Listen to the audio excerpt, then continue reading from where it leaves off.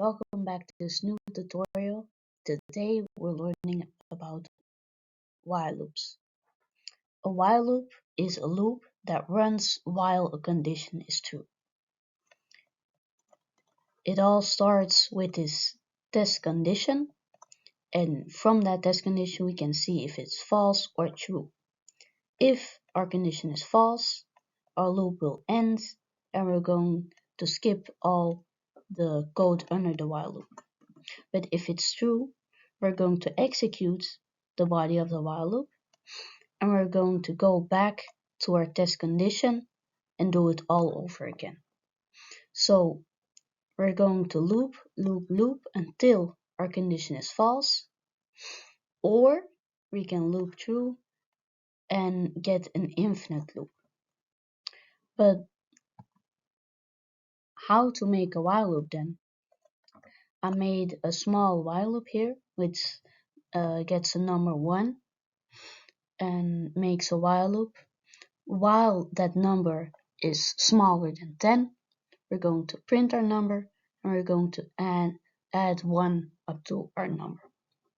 So we get our number 1, test is condition, yes it's smaller, so we're going to print and make it 2.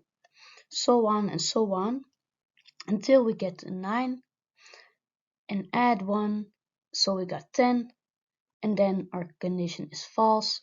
I'm going to end our loop and end our code. So earlier I talked about an infinite loop, and I'm going to show you guys what happens if I didn't add up this number plus 1.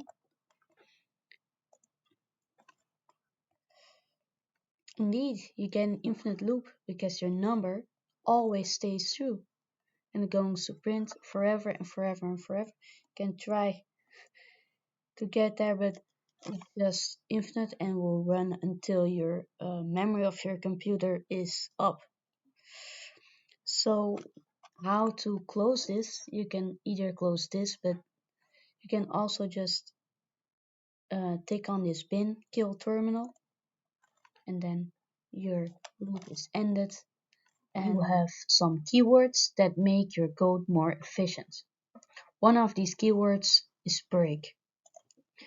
A break in a while loop will terminate the loop and end the loop entirely. I put an example here back to our while loop from before, but now I made an if statement that if our number equals 6, we want to break our loop. And in the output we can see that indeed once our number equals 6, our loop will just end. Another useful keyword is continue. Now this is more complex because it skips the rest of the code under the while loop and goes directly back to the start.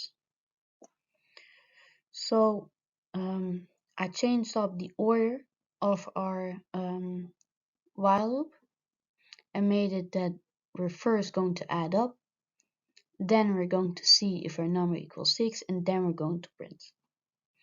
So we're going to add up, and once we get to 5, so our number equals 5, we're going to,